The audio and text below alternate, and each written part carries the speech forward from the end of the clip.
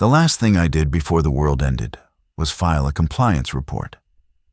That's the part I can't stop thinking about. Not where I was when I first heard the word outbreak. Not what I ate for breakfast or whether I called my mother that week. It's the report. 12 pages, double-spaced, submitted to the Regional Emergency Coordination Office at 4:37 in the afternoon. 17 minutes before the Federal Emergency Alert System sent the first broadcast to every phone, television, and radio receiver in the continental United States. I worked for the government. I want to be clear about that up front, because nothing I'm about to tell you makes sense unless you understand what that meant to me, not just as a job, but as an identity.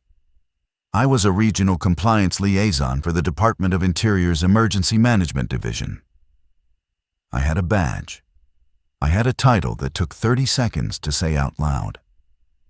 I had a protocol manual that I had read, highlighted, and cross-referenced against federal emergency directives.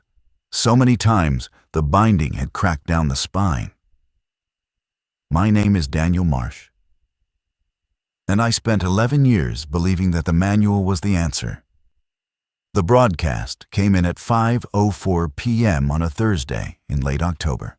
I was still at my desk at the Shenandoah Valley Field Office, a converted ranger station that shared a parking lot with a visitor center and a gift shop that sold postcards of autumn foliage and stuffed black bears. The alert tone was different from the weather ones.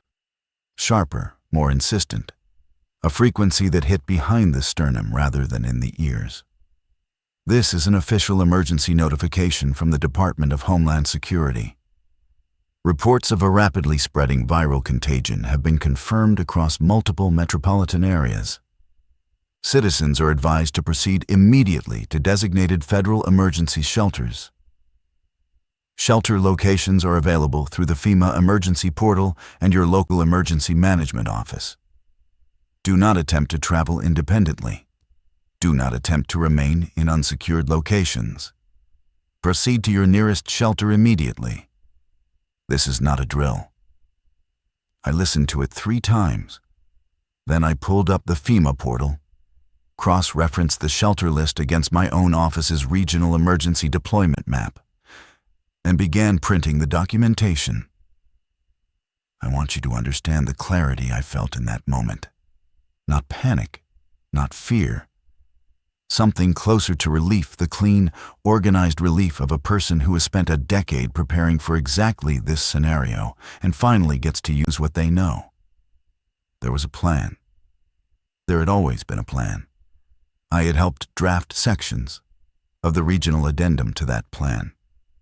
I knew where the shelters were, how they were supplied, how long they were designed to sustain a civilian population. I knew the chain of command, the communication protocols, the fallback procedures. I knew everything. I did not know, could not have known, that the shelter 40 miles north of where I was sitting had been placed directly in the path of the heaviest infection vector on the eastern seaboard, or that the supply chain for 3 of the 5 nearest locations had already collapsed, or that the man whose signature appeared on the bottom of every regional shelter directive had been dead for 6 hours by the time his name cleared my printer. But I'm getting ahead of myself. The first thing I saw that wasn't on any protocol was outside my window, in the visitor center parking lot. A family mother, father, 2 kids, minivan with a roof rack was standing next to their vehicle looking at their phones. The father was nodding at something on the screen. The mother was lifting the youngest child onto her hip. Normal, orderly, exactly what the broadcast had asked people to do. Receive the information, consult the resource, prepare to move. Then the ranger, who had been restocking trail maps at the far end of the lot, walked toward them, not running, walking with that particular deliberate stride I would come to recognize over the next 3 weeks as the gait of a person who moves carefully because they understand that speed is not always the right tool. Her name was Vera Calloway. I didn't know that yet. What I knew was that she stopped next to the family, said something, and watched the father shake his head. She said something else. He shook his head again and pointed at his phone at the broadcast, at the portal, at the directions he was following to the letter. She stepped back, looked at the ground for a moment, then looked up at the tree line on the ridge above the visitor center. I followed her gaze. There was something moving up there that wasn't a deer. I had seen the early news coverage. Everyone had. The footage from Atlanta, the hospital security videos that leaked online before the platform started pulling them, the shaky phone recordings from Philadelphia parking garages and Dallas shopping centers. I had watched all of it with the careful, cataloging attention of someone who processes emergency information, professionally identifying threat categories, extrapolating resource demands, noting the behavioral patterns of infected individuals relative to civilian population density. I had filed an internal memo about it. I want you to sit with that for a moment. I watched people being torn apart on leaked security footage, and my response was to write a memo. What was moving on the ridge was not moving the way a person moves when they're hiking, or lost, or injured. There's a particular quality to purposeless motion, a looseness in the joints, a rhythm without destination that I would spend the next 3 weeks learning to identify at distance. I didn't have that skill yet. What I had was the uncomfortable awareness that something was wrong with what I was seeing, coupled with the professional reflex to locate that wrongness inside an existing category. Maybe a hiker, maybe someone from a nearby trailhead, maybe someone already affected by whatever the broadcast was describing. I grabbed my jacket, my printed documentation, and the laminated emergency contact card I kept in the top drawer of my desk, and I went outside. The family was loading into their minivan. The father had his window down and was entering coordinates into the GPS. The ranger Vera was standing 20 feet away, watching them go with an expression I can only describe as someone watching a thing happen that they have decided they cannot stop. "Excuse me," I said. I showed her my badge, old habit. "Did you see something on the ridge? I was watching from inside and there appeared to be—" "I know what's up there," she said. She wasn't dismissive. She wasn't rude. She said it the way you'd say, "I know it's going to rain," while looking at the sky, not a challenge, just a statement of orientation. She was already looking past me at the tree line. "The shelter at Millbrook," I said. "That's the nearest federal designated location for this zone. I've confirmed it's on the active list." She looked at me then. Really looked at me, the badge, the printed papers, the laminated card. Something moved across her face that I would later identify as a very particular kind of sorrow. Not pity exactly, something more complicated. "I know where the shelter is," she said. "Then you know that's where—" "I know where it is," she repeated. "I also know it's built on the old processing facility site.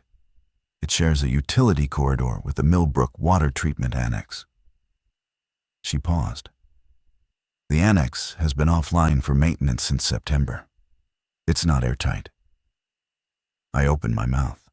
She kept talking, not to stop me, but because she was already moving through her own reasoning, and I happened to be in the path of it. "The secondary shelter at Garrison Ridge is 40 miles further, and the access road floods after 3 inches of rain. We got 2.5 inches this morning." She looked at the sky. "It'll get 3 before dark." I looked at my printed documentation. Millbrook was marked with a green asterisk, operationally confirmed. Highest priority, capacity for 450 civilians. It was on the list I had helped cross-reference. It was supposed to be right. "I need to see your authorization to contradict federal shelter designations," I said. I said that, those exact words. I am telling you this not to make myself sound foolish, though I understand that I do. but because I want you to understand the specific architecture of the mind I was living inside. Authorization. Designation. The words were not bureaucratic tics.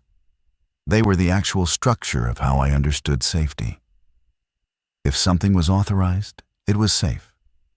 If it was designated, it was real. The form was not separate from the function. The form was the function. Vera Calloway looked at me for a long moment. Then she said, "I've been a backcountry ranger at Shenandoah for 14 years. I've pulled 32 people out of situations that were supposed to be safe." She picked up a backpack from the ground beside her. I hadn't noticed she'd already packed one and slung it over one shoulder. "I'm going to the Ridgeback Fire Lookout. It's 600 feet above road level, has a water cistern, a radio, and a propane supply. The only access is a service trail that isn't on any public map." She started walking. "The broadcast says to go to the shelters," I said to her back. "I know what the broadcast says," she said. She didn't look back. I stood there in the parking lot with my printed documentation and my laminated card. And I watched her walk toward the tree line. And then I looked up at the ridge where something was still moving in a way that didn't fit any of my categories. And for the first time in 11 years of professional life, I felt the floor of my certainty shift. I did not follow her. Not yet. I was not capable of it yet. What I did was get in my government-issue Ford Explorer and drive toward Millbrook, because that was what the plan said to do. And the plan was right. And I had helped write the plan. And people who help write the plan cannot allow themselves to believe the plan was wrong. I made it 14 miles before I saw what the plan had actually produced. The traffic backed up 3 miles from the Millbrook exit. Not slow traffic, stop traffic, complete, total, engine-off stillness on both lanes of Route 11. A line of vehicles extending from the interstate ramp to a point so far ahead I couldn't see the end of it. People had gotten out of their cars. Some were standing in the road, looking at their phones. Some were sitting on their hoods. A woman in a gray cardigan was walking between vehicles with a thermos, offering coffee to strangers with the calm efficiency of someone who has decided that routine is the best available medicine. I turned on my emergency light, the small magnetic one I kept in the console for field visits, and pulled onto the shoulder. My badge got me past 3 different citizen impromptu checkpoints, and one actual state trooper who looked at my credentials, looked at the road ahead, and said, "Sir, I'd advise you to consider whether this is truly necessary." I told him I had official business at the shelter. He looked at me the way Vera Calloway had looked at me, with that same complicated sorrow, and let me through.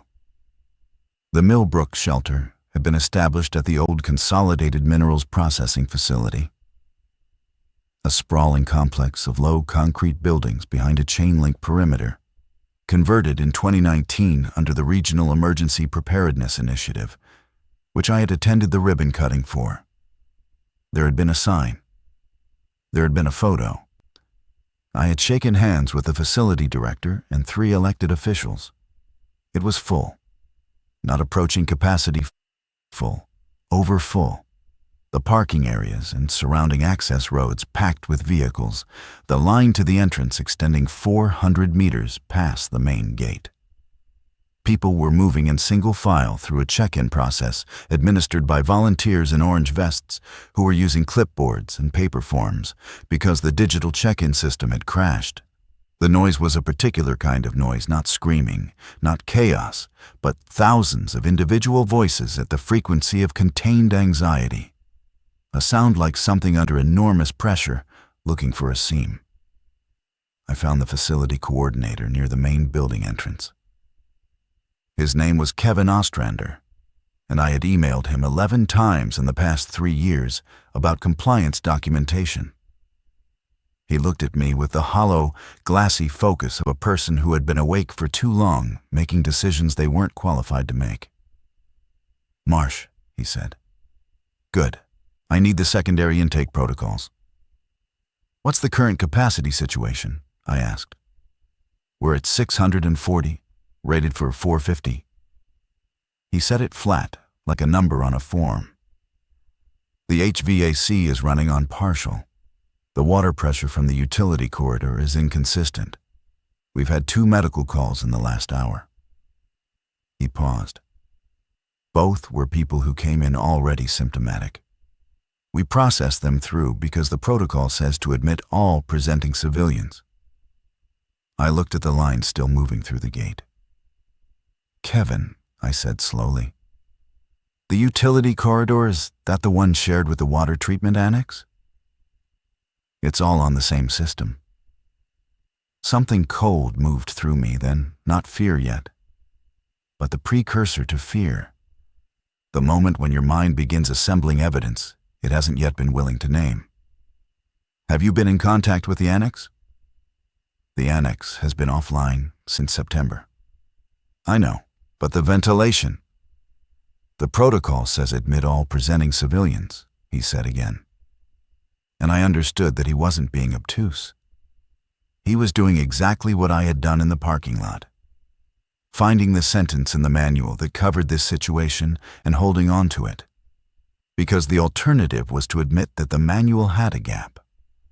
And a gap in the manual meant a gap in the floor.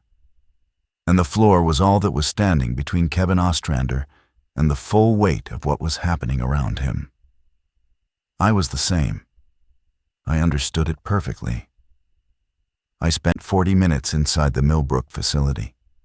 I will not describe everything I saw in those 40 minutes. Because some of it is not mine to describe, it belongs to the people who were there. In the specific, private way that witnessed suffering belongs to witnesses. What I will tell you is what I cataloged. The way my brain insisted on cataloging it, even as the rest of me was beginning to understand that cataloging was not enough. The ventilation system was pulling air from the utility corridor. The 2 symptomatic individuals who had been processed through intake were in the main hall with 497 other people. The facility's medical station had been designed for minor injuries and managed chronic conditions, not for whatever was presenting in the individuals near the east wall. The staff were following the protocol. Every single one of them was following the protocol exactly. I left through a side exit at 6:45 in the evening.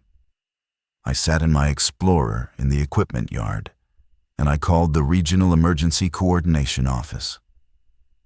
The line rang 16 times. I called the FEMA hotline. I was placed on hold with an automated message that told me my call was important and that wait times were longer than usual due to high volume. I called my supervisor's direct line. It rang 4 times and went to voicemail. I sat there. The parking lot lights came on automatically as the sky darkened. Somewhere inside the main building, a sound started low at first, distributed across distance. The kind of sound that doesn't register as significant until you've heard it long enough to realize it isn't stopping. I put the Explorer in drive and left Millbrook at 7:11 p.m. I drove back the way I came, on the shoulder past the stopped line of cars, past the trooper who didn't stop me this time, past the point where Route 11 widened back to 2 lanes and the traffic thinned, past the exit for the field office, and then another 4 miles into the dark until I hit the trailhead parking area at the base of the Ridgeback Service Road. There was one vehicle there, a green Forest Service pickup, mud on the quarter panels, a parking permit hung from the mirror. I sat across from it in the lot for a long time, engine running, hands on the wheel, trying to locate within myself some argument against what I was about to do. The argument I kept returning to was this: following an unauthorized individual based on personal opinion instead of institutional guidance was exactly the kind of decentralized, non-coordinated action that emergency management protocols were designed to prevent. Individual actors making individual assessments created fragmentation. Fragmentation created dangerous gaps in coverage. The system was larger than any single person's judgment, and the system was designed by people who had spent careers anticipating exactly these conditions.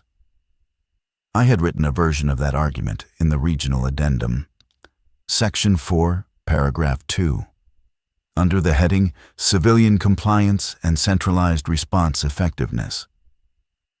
I turned off the engine and got out of the car. The Ridgeback service trail wasn't on the public map, but it was in the maintenance database I had access to through my job, a narrow gravel track that climbed the ridge through second-growth forest, marked only by orange forestry blazes on the trees at irregular intervals. I had a headlamp and the printed documentation I'd brought from the office, which I stuffed into the explorer's glove box before I left. I don't know why I left it. Maybe because I knew that where I was going, paper directives were not going to be useful. Maybe because carrying it any further felt like a lie I wasn't willing to maintain. The climb took 40 minutes. The forest at night in late October has a specific quality of silence. Not empty silence, but layered silence. The kind that contains movement within it, rustling and settling, and the distant sound of water. I was listening for other things. At around the halfway point, I heard something below me on the trail, moving in that loose, rhythm without destination way I had first seen on the ridge at the visitor center, and I moved off the trail into the trees and stood completely still until it passed. It did not look up. The fire lookout appeared at the top of the ridge as the forest thinned a square wooden structure on stilts, maybe 30 feet off the ground, accessed by a steel staircase bolted to the side. There was a light on inside, visible through the small windows, and smoke coming from a pipe chimney in a thin, controlled thread. I climbed the stairs. Vera Calloway opened the door before I knocked. She looked at me, looked at my hands, no bag, no documentation, just me, and stepped back to let me in. The lookout was a single room, roughly 12 by 12. Wraparound windows on all four sides, a propane heater in one corner, a radio setup, a wooden table, 2 cots folded against one wall, shelving stocked with supply containers. I would later learn she'd been quietly moving up here over the past week. A week. She had started moving supplies here a week before the broadcast.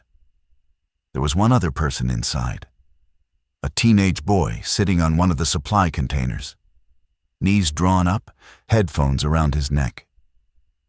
He looked about 16. He had the specific stillness of a young person trying to take up as little space as possible. "That's Marcus," Vera said. He was at the visitor center. His parents took him to the Millbrook shelter this morning and left him outside to hold their place in line while they parked. He was still outside when I came through on my way up. I looked at Marcus.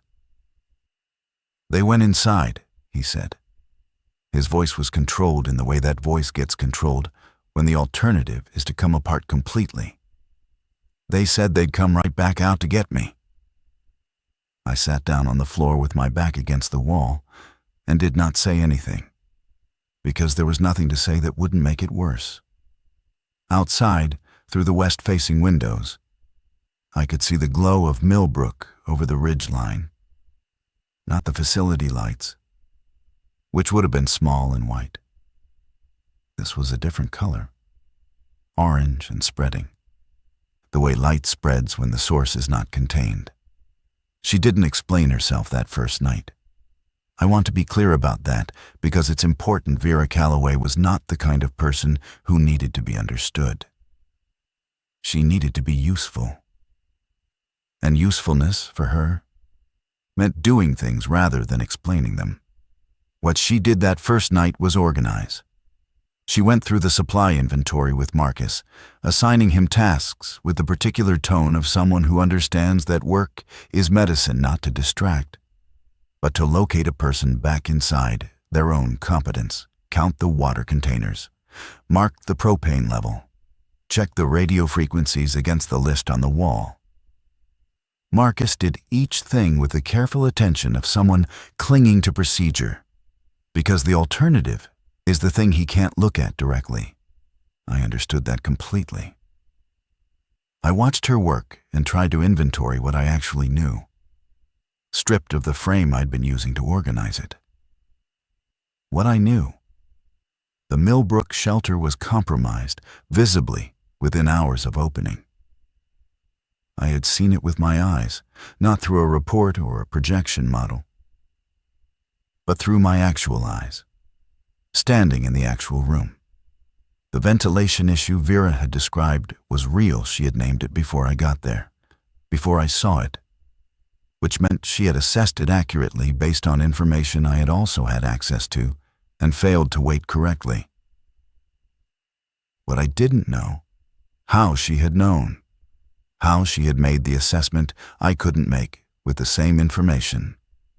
I asked her around midnight, when Marcus had finally fallen asleep on one of the cots and the lookout had settled into the particular quiet of a small space in a large darkness. She was at the radio, running through frequencies, not transmitting, just listening. She had a legal pad beside her and was making notations in handwriting I couldn't read from across the room. "The Millbrook site," I said. "How did you know about the ventilation?" She didn't look up from the radio.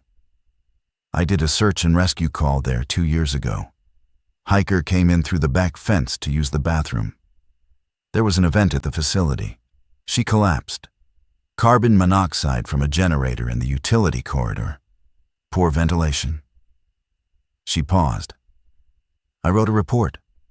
"To who?" "The facility director, your office, State Emergency Management." She turned to dial slowly, filed properly. I knew before I asked what the answer to my next question was going to be. "What happened to the report?" "Nothing," she said.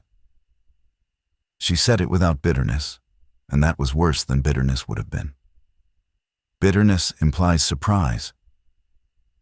She said nothing with the flat, accurate tone of a person who had already metabolized that outcome and moved through it. The report had gone into the system, and the system had processed it through whatever review channel applied to non-critical facility assessments, and it had been documented and filed, and had altered nothing. And Vera Calloway had known that when she sent it. And she had sent it anyway. And then she had started paying attention to the facility herself, because the system had told her through its silence that it was not going to. "How long have you been doing that?" I asked. "Paying attention to things the system wasn't going to fix." She thought about it, actually thought about it. She had the quality, I would learn, of treating questions as genuinely worth answering, rather than as prompts for preformed responses. "About 8 years, she said, "since the Ridgeback flood." She made a notation on her pad. "We had a trail system collapse after a flash flood event. I submitted the assessment, got the designation changed to seasonal closure. 2 years later, they reopened it for the summer season without doing the stabilization work because the budget cycle didn't line up." She paused. "I kept the closure signs in my truck and put them back up myself the day they reopened it." "That's not authorized," I said. "No," she agreed. "Someone could have reported you." "Someone did," she said. "I got a written warning." She almost smiled, not quite. The trail washed out the following spring. No one was on it. I sat with that for a long time. By the third day, we had a clearer picture of what was happening outside the lookout's windows. And it was worse than what I'd been willing to model in the first 24 hours. Vera's radio was pulling in fragments of emergency services bands, Civilian CB, the periodic automated broadcast from FEMA that continued to direct civilians to the federal shelters with the patient, inexhaustible confidence of a system that could not register its own failure.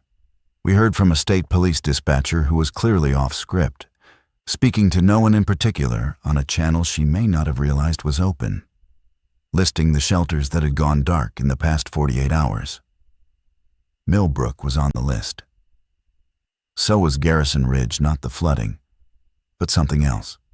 Something she described as contained incident, location compromised, before the channel went to static. I had been to both of those sites. I had verified both of them in the regional directory. Marcus was listening to the radio with us.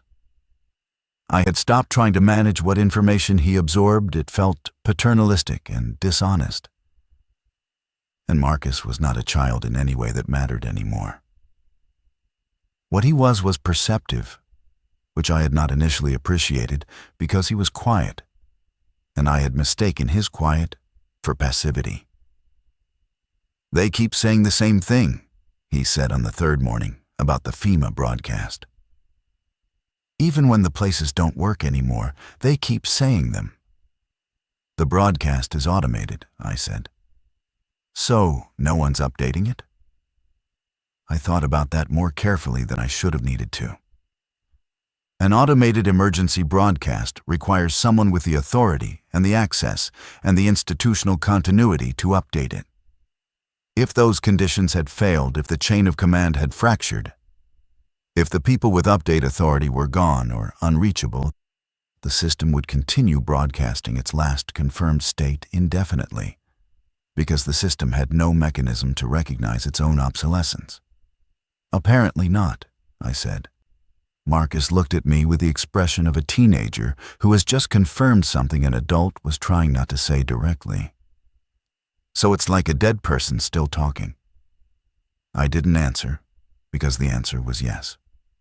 Vera came back from the morning perimeter check she had started doing at dawn, a circuit of the ridge that stayed in the tree line, quiet and careful, assessing the access trail and the surrounding terrain. She came through the door, took off her jacket, poured water from the cistern supply into a metal cup, and sat down at the table. "There's a group at the trailhead," she said. 6 people. They came up from the Route 11 corridor. They've got a child." I felt the immediate professional reflex: assess, accommodate, integrate. "We should bring them up." Vera looked at me. "One of them is symptomatic." The word landed in the room with the specific weight it carried now, 3 days in, after the radio reports and the orange glow we'd seen over the ridge. Not a medical term anymore, a category, a line. "How do you know?" I asked. "Because I've been watching them for 2 hours," she said. "The way he's moving, the way the others are moving around him." She wrapped her hands around the metal cup. "They don't know yet, or they know and they haven't said it." Marcus had gone very still in his supply container. "We can't leave 6 people at the bottom of the trail," I said. "No," Vera said, "we can't." "Then, I'm going down to talk to them," she said. "I'm going to tell them what I see and give them the choice." She looked at me evenly. 5 of them can come up. The 6th needs to stay at the bottom of the trail." "He might not be symptomatic," I said. "Your assessment isn't—" "I know it isn't certain," she said. "Nothing is certain." She stood up. "I've been wrong before. Not often, but I have." She picked up her jacket. "I'd rather be wrong and explain myself than be right and say nothing." She went down the stairs. I watched through the south window as she made her way through the trees, and I thought about Section 4, Paragraph 2 of the regional addendum I had written, and how it had nothing, not one word, to say about this exact situation. She was right. The group came up the trail just before noon. 5 people moving in the cautious, uncertain way of people who have been told a difficult truth and have chosen to believe it because the alternative is worse. A woman named Diane, mid-50s, schoolteacher from Luray. Her daughter Priya, who was 23 and who I would later understand was the one holding the group together through the force of her own refusal to fall apart. A man named Carl, who had been a paramedic before the outbreak, and whose skills would become essential within 24 hours. A couple, Hector and Sujin, who had been driving through the area on their anniversary trip, and who had the specific bewildered quality of people whose ordinary life had ended so recently they hadn't fully registered it yet. And a 7-year-old named Tomas, who belonged to Priya and who spent the first 6 hours in the lookout, sitting in the corner drawing in a small spiral notebook he'd been carrying in his coat pocket. What he was drawing I won't describe, because it was his, and it was private, and it was the most honest document of the situation I saw in those 3 weeks. The 6th person, the man I did not meet, whose name I learned only from what the others said about him in passing, stayed at the bottom of the trail. He had agreed to. Vera told me he had listened to her entire explanation without interrupting, and then said, "Okay," and sat down on a rock at the trailhead, and that was the last anyone saw of him. His name was Roy. He had been driving Diane and Priya to the shelter. He had picked them up when their car broke down on Route 11. Nobody talked about Roy directly. His name surfaced in the oblique, careful way that loss surfaces in small groups and half-finished sentences. In the way Diane would start to say something and stop. In the way Priya would look at the south window and then look away again. Carl was different from the rest of them. He had that quality some medical people develop, not callousness, but a kind of operational distance. The ability to be present in a situation without being submerged by it. He went straight to Vera and asked about the medical supplies. She showed him. He reorganized them without commenting, and then asked about the water filtration situation, and then the radio. And within 2 hours, he had made himself useful in the specific, unsentimental way of someone who understands that being useful is a form of survival. "You were compliance," he asked me the first evening, when we were outside on the walkway below the lookout deck. "Regional compliance liaison," I said. He nodded slowly. "So you knew the shelters?" "I helped design the shelter coverage framework," I said. He was quiet for a moment, not judgmental assessing, the way he assessed everything, with the practical attention of someone who wants to understand how a system works so they can work with what's actually functional. "I've been on enough disaster calls to know," he said finally, "that the plan is always designed for the thing that almost happened last time, not the thing that's happening now." I had no response to that, and he didn't seem to expect one. He went back inside. The crisis came on the 7th day, and it didn't come from outside. It came from Carl. He pulled me aside in the early morning while Vera was on her perimeter check, and Marcus was keeping watch from the upper deck. He had that operational distance of his fully engaged, which I had learned meant he was managing something he didn't want anyone else to see him manage until he'd decided what to do with it. "Hector's hand," he said. I waited. "He cut it on the rail yesterday. He showed me this morning. The wound." Carl stopped. He pressed his lips together for a moment. "I've seen infected wounds. I've seen them in the hospital setting, from the early cases, before everything came apart. The progression pattern." He looked at the floor. "It's not definitive. It's early. But the profile is consistent." The room was very small all of a sudden. "Does Hector know what you think?" I asked. I told him what I saw. I told him I wasn't certain. Carl looked at me directly. He told me not to tell Sujin. And there it was. I had managed institutional ethics reviews. I had attended conflict of interest training. I had filed disclosures on matters of far less consequence than this, with the clean confidence of someone who understood that transparency was both a moral imperative and a procedural requirement.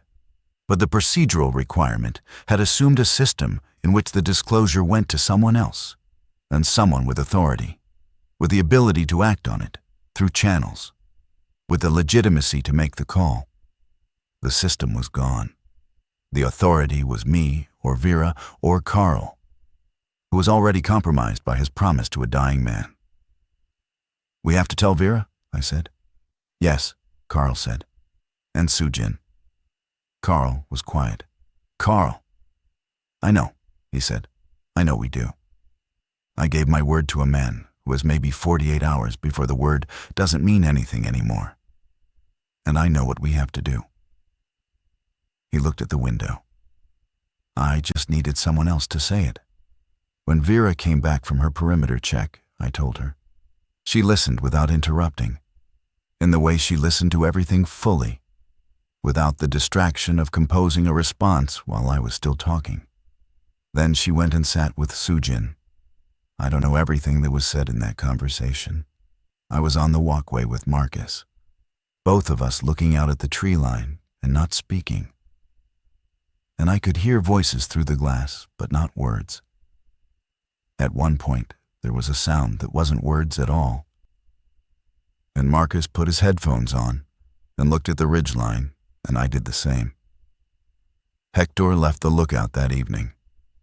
He went down the same trail Roy had been sitting on, and Vera walked with him to the point where the service trail met the main path, and they were gone for about 20 minutes.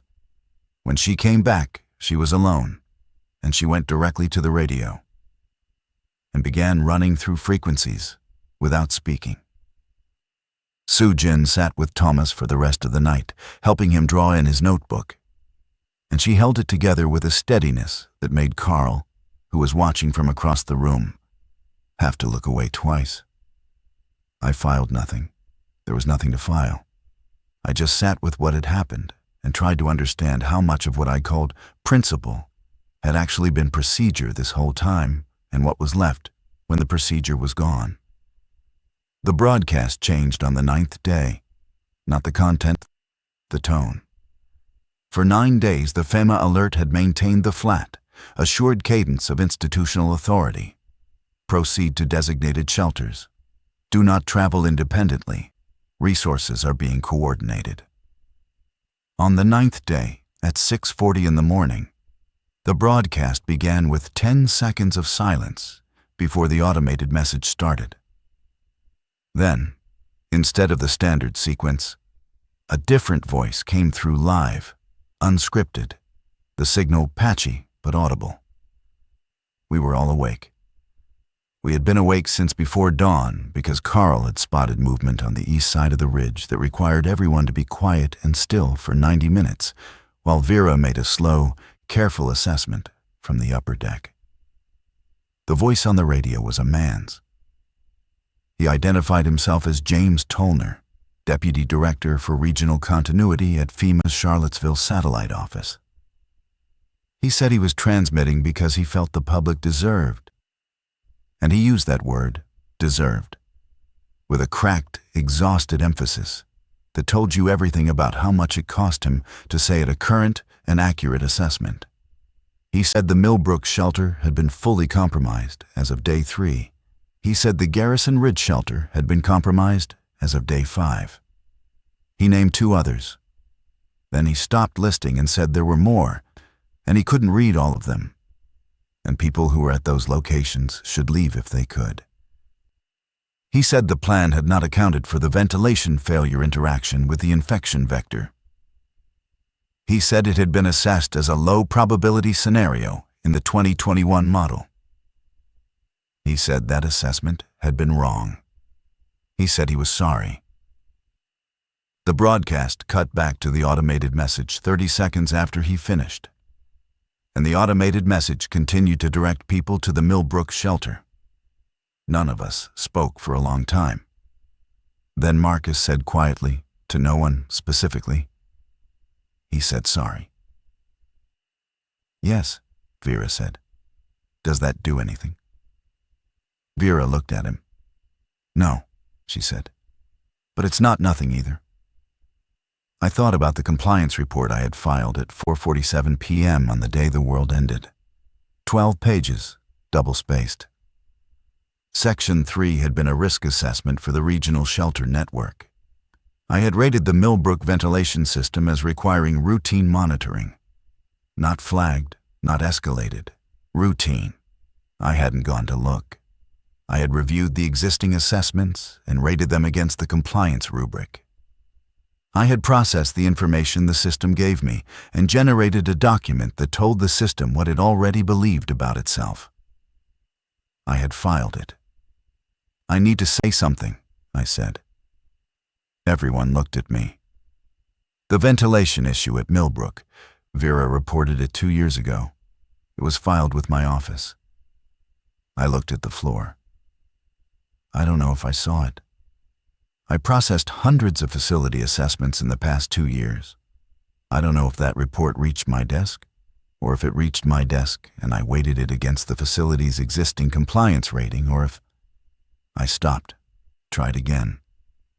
I don't know if I was the specific point of failure, but I was part of the system that was. No one said anything. "I'm not telling you this I don't know why I'm telling you this." "Because you needed to," Carl said. We had been in the lookout for 11 days when Vera told us it was time to move. Not because we had been compromised, the lookout remained secure. The service trail remained quiet, and the supply situation, while tightening, was manageable. She told us it was time to move because staying in one location, she said, was a different kind of trap. Resources were finite. The situation outside was shifting in ways the radio was only partially capturing. And there was a secondary location. She knew, a fire crew base camp 6 miles north along the ridge, built for extended deployment, with a buried fuel supply and a satellite communication relay that might still be functional. "Might," Diane said. She had a way of isolating the operative word in any sentence with the precision of someone who had spent decades grading student essays for false confidence. "Might," Vera confirmed. "I won't tell you it's certain. It might be compromised. It might be occupied. The satellite relay might be down." She looked at each of us in turn, the calm, unhurried attention of someone who gives people the actual information and lets them decide. "But it gives us more options than staying here, and options are what have kept us alive." Marcus had been quiet through this. Since Hector, he had been inside himself in a way that was different from his initial grief, less raw, more deliberate, as if he were doing sustained interior work that he hadn't explained to anyone. He surprised me now. "I'll go," he said. Not quickly, not eagerly, just with the flat, decided tone of someone who has thought something through. "If someone needs to scout the first section of trail, I'll go." "You're not going alone," I said. "I know," he said. "I'm saying I'll go." I looked at him. 16 years old, or maybe 17. I had stopped thinking of him in terms of age, because age had become an irrelevant category, the kind of administrative sorting that belonged to the world that was gone. What I saw was someone who had been dealt a specific, devastating loss, and had decided to transform it into forward motion rather than paralysis, and who was now volunteering his body to be useful because being useful was the only answer he had found to the thing he couldn't fix. "You and I will take the first section," Vera said to him. "The others follow when we signal." We left the lookout at dawn the following morning. Priya stayed with Thomas at the rear, and Carl walked the middle section with Diane and Sujin, and Vera and Marcus took the front. I moved between the groups, which was not a tactical role, but was the role that had emerged naturally over 11 days, the person who moves between people, who carries information from one part of the group to another, who is most useful in the connective tissue rather than at the edge. I had been a liaison. Even here, even now, that was what I was. The ridge trail in the early morning was cold and clear, the trees bare enough that you could see a long way through the forest on either side. Vera moved through it the way she moved through everything. Not fast, not slow, but with that steady purposefulness that I had finally stopped trying to categorize against any existing framework. It wasn't training exactly. It wasn't instinct exactly. It was 14 years of paying attention in a specific place, learning its patterns at a resolution that no manual could capture, and being willing to act on what you knew, even when no one had authorized you to know it. Marcus walked just behind her, matching her pace exactly, learning. We were 2 miles from the base camp when we found the survivors. There were 4 of them, sheltered in a shallow rock formation off the north side of the trail, visible because Vera stopped and tilted her head slightly and then changed direction without explanation. And the rest of us followed, which by this point we did automatically. 2 adults, 2 teenagers, a family, or what remained of one. The mother introduced herself as Elena, and the way she said it, with that particular clipped delivery of someone who is conserving energy for necessary things, told me she had been doing this for a long time. The teenagers were her son and his friend, both around Marcus's age. They had been moving along the ridge for 6 days, she said, after leaving a shelter on the first day. Which shelter? I asked. Millbrook, she said. We got there, and I looked at it and left. You just left? Diane asked. I've run field clinics in 3 different countries, Elena said flatly. I know what a ventilation failure looks like. She glanced at me briefly, not accusatory, just noting, the way Vera noted things. I know what happens when you put 600 people in a poorly ventilated space, with 2 people who are already sick. I thought about what I'd seen when I arrived at Millbrook. The sight lines I'd had, standing in the main hall, that she had apparently also had. That had told her what I had taken 40 minutes of careful professional analysis to acknowledge. How did you know about the ridge trail? Vera asked. Elena looked at her. I didn't. I walked into the forest and went uphill. She almost smiled. Up is usually better than down in these situations. Vera nodded, as if this was a completely sensible navigation methodology, which, in context, it was. Her son's name was Matteo. He and Marcus looked at each other with the particular recognition of young people who have been carrying something heavy in isolation and have just found someone else who knows the weight of it. They didn't say anything meaningful, just names, just brief nods. But for the remainder of the walk to the base camp, they moved near each other. And occasionally one would say something quiet to the other, and the other would respond. And the sound of it, just the sound of 2 young voices in the cold morning air, was something I had not realized I'd been missing until I heard it. The friend's name was Jessie. She was carrying a canvas bag that she kept adjusting.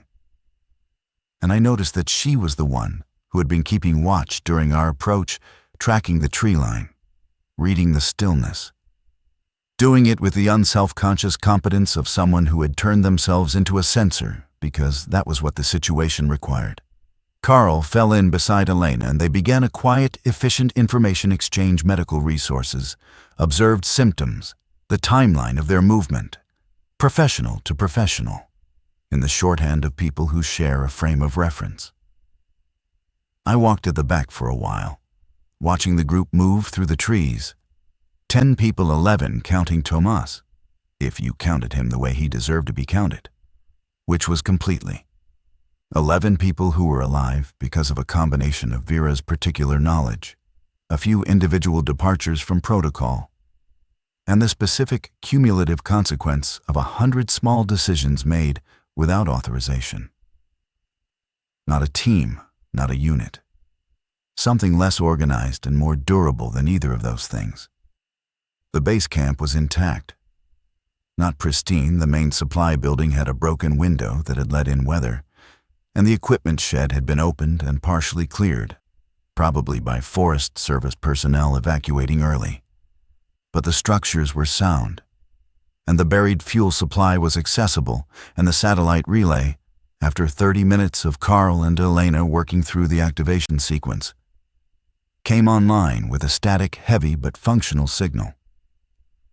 The first transmission we received was not from FEMA.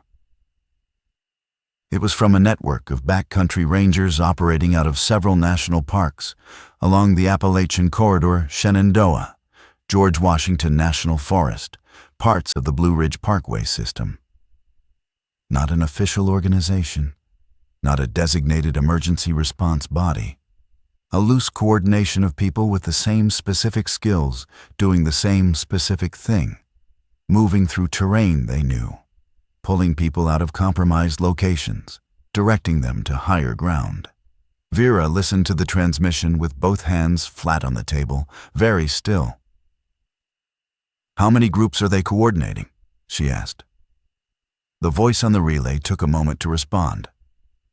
"Currently confirmed active. 31 groups, estimated population just under 400. Someone in our group exhaled. "Location exchange?" Vera asked. "Confirming your location now," the voice said. "We have you on the ridge map. You're close to the Ridgeback Junction. There's a secondary corridor that links to the Madison route that gets you to the consolidation point." "What's the consolidation point?" Carl asked. "Elevated camp, former forestry research station, medical capacity, food storage, communication infrastructure." A pause. "It's not a federal shelter." "No," Vera said. "I know what it is." She had been there, of course. She knew this terrain at the resolution of years, not maps. "Who's running the medical setup?" "Volunteer team. We've got 3 physicians, 2 nurses, and a veterinarian who's apparently very good at improvising." I almost laughed. Not the wild, unhinged laugh of release, but the small, involuntary laugh of someone whose sense of absurdity has briefly broken through the surface, a veterinarian, in a crisis, adapting, because the situation required adaptation, and she was present and capable. Vera began laying out the route. We reached the Madison route on the 2nd day of travel, and the Ridgeback Junction on the 3rd, and by the 4th day, we could see smoke rising from the research station in the controlled, thread-like way that Vera's chimney had smoked in the lookout, not the orange, spreading glow of Millbrook, but the quiet, intentional signal of people who know how to manage fire. I want to tell you about the walking. 4 days of movement through the high backcountry, in the cold, through terrain that offered no accommodation to human comfort or human schedule. The kind of walking that strips things down. By the 2nd day, the categories I had built my professional life inside, authorized, designated, compliant, approved, had the quality of words in a language I was forgetting. Not because they had become meaningless, but because they had been revealed as insufficient. They described a portion of the world, the portion that was legible to bureaucratic systems, and they described it accurately within that portion. But the portion was not the whole, and I had spent 11 years administering the portion as if it were. Marcus walked near the front every day. He and Matteo had developed a rhythm. Matteo had spent time in the backcountry, camping with his father before everything. And he knew how to read trail conditions. Marcus knew how to be quiet in a way that was useful rather than passive. Together, they formed a kind of dual attention at the front of the group that was more effective than either alone. I watched them and thought about mentorship and what it looks like when it emerges from necessity rather than design. Vera never told Marcus to watch her. She just moved, and he watched. And the knowledge transferred in the wordless way that real knowledge sometimes transfers, not through instruction, but through proximity and attention. On the 3rd evening, camped in a fire crew supply cache that Vera had located from memory, I sat next to Sujin for the first time since Hector had left. She was looking at a photograph on her phone. The battery was nearly gone. She was using the last of it, and I saw enough of the photo to know it was a wedding picture before I looked away. She said without looking up, "He knew before I did. He knew before Carl told me." She paused. "He told me on the second day at the lookout that he didn't think he was going to make it to wherever we were going." She turned the phone over. I told him he was being dramatic. I didn't say anything. I keep thinking about what I said. She was quiet for a moment. Not that I said it wrong. It was what you say. It was the right thing to say. She looked at the fire. But he knew. And I said the thing you're supposed to say. And I don't know if what I said was for him or for me. "Probably both," I said. She nodded slowly. "Probably." The fire made its small sounds in the dark, and the forest beyond it was the layered silence it always was.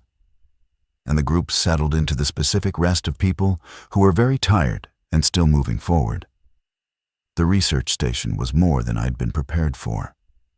Not in size, it was modest, functional, a cluster of research buildings and dormitories built for a work population of maybe 60. What I hadn't been prepared for was the people. Nearly 200 of them, from groups across the corridor, most of whom had one thing in common that I identified within the first hour. Almost none of them had come from the federal shelters. They had come from cabins, from hunting camps, from ranger stations and forest service buildings and fire towers and elevated retreats that weren't on any emergency portal. They had been found, or they had found each other, through the backcountry ranger network, through people who knew the terrain because they had spent years in it, who had earned the kind of knowledge that doesn't appear in any official inventory. The consolidation point had not been designed. It had accreted the way living things accrete, through the natural process of people who were capable of something finding each other and doing that thing together. There was a bulletin board near the main dormitory entrance where people had been posting information, handwritten notes, printed pages from the early days of the outbreak. One section of the board was covered in what I initially took for a map, but which turned out to be something more specific. A chart of the federal shelter network, with outcome data next to each location. The data had been compiled from radio reports, from survivor accounts, from the transmission records kept by the Ranger Network. I stood in front of that board for a long time. 31 locations. The notation system was simple. A check mark meant the location had maintained function. An X meant compromised. A circle meant unknown, last contact date listed beside it. Of the 31 locations in our regional coverage area, 4 had check marks, 11 had circles, 16 had X's. The 4 with check marks were not the ones on the priority list I had helped compile. 3 of them were secondary locations that had been deprioritized in the 2023 Resource Allocation Review because their capacity numbers were below the threshold for Tier 1 designation. The 4th was a location I didn't recognize at all, a community center in a small town that had been added to the shelter network by a county emergency manager who had, apparently, simply decided to add it without going through the regional approval process. The county manager's name was on a note beside the check mark. Beneath it, in different handwriting, "She's here, talk to her." I found her an hour later. Her name was Patricia Rourke. She was 58 years old, and she had the matter-of-fact directness of a person who has been making practical decisions in under-resourced situations for most of her career. "You went around the regional approval process," I said. "Yes," she said. "The community center wasn't on the Tier 1 list." "No," she said. "But it had a gravity-fed water supply, an independent electrical system, and 3 feet of concrete in the walls. It was better than the Tier 1 sites." She looked at me steadily. I know it was outside the process. It worked, I said. She nodded. I spent 11 years enforcing the process, I said. She was quiet for a moment. Then, the process works when the people who designed it knew what they were designing for. When they don't, you need people who know the actual thing. She looked at the bulletin board. The process is for normal. You need people who know the specific place for everything else. I looked at the board, the X's, 16 locations. I know, I said. It's been 3 weeks since we reached the research station. I don't know if that's enough time to say something true about what happened. But I've stopped waiting for the moment when it will feel like enough time. Vera is part of the coordination team now, not because anyone appointed her, but because the 31-group network needed someone who could read the terrain for the next phase of movement. And she was the person who could do that. Marcus works with her. He doesn't talk about his parents directly. What he does is work, with the same careful, useful attention he had in the lookout. And I think that's the form his grief has taken, not avoidance, but displacement into purpose, into the specific, valuable competence of someone who is learning to know a place the way Vera knows it. I've been helping Patricia with the shelter assessment process. She calls it the real process, not the official one, but the one that accounts for actual conditions on actual ground. We're building a map, not the FEMA portal map, not the regional directory I helped compile. A different kind of document, one that starts with questions. What is the water source? What is the ventilation? Who knows this building the way Vera knew the lookout and the ridge and every compromised shelter between here and Millbrook? I don't know how to undo what happened at the facilities I helped authorize.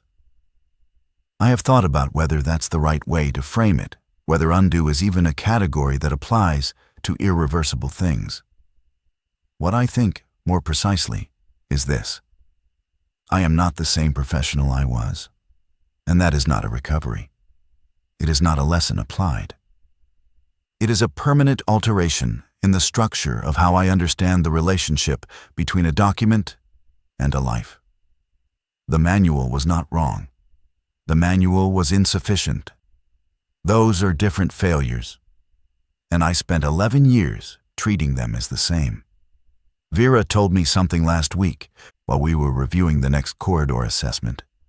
She said, "The land doesn't care what's on the map. The map is for the person who hasn't been there yet." I wrote it down, not in a compliance report, just for myself, in the margin of the page I was holding.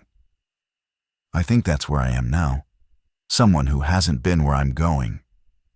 Writing in the margins, following someone who knows the actual terrain, trying to make myself useful in ways the system never thought to train me for. I'm alive. So is Marcus. So is Vera and Carl and Sujin and Priya and Thomas, who is still drawing in his notebook different drawings now, I've noticed. Still honest, still his, but with something new in them that I can't quite name. Something that looks, if I'm not overreading it, like it might be forward. That's the only word I have for what I'm trying to do. Forward.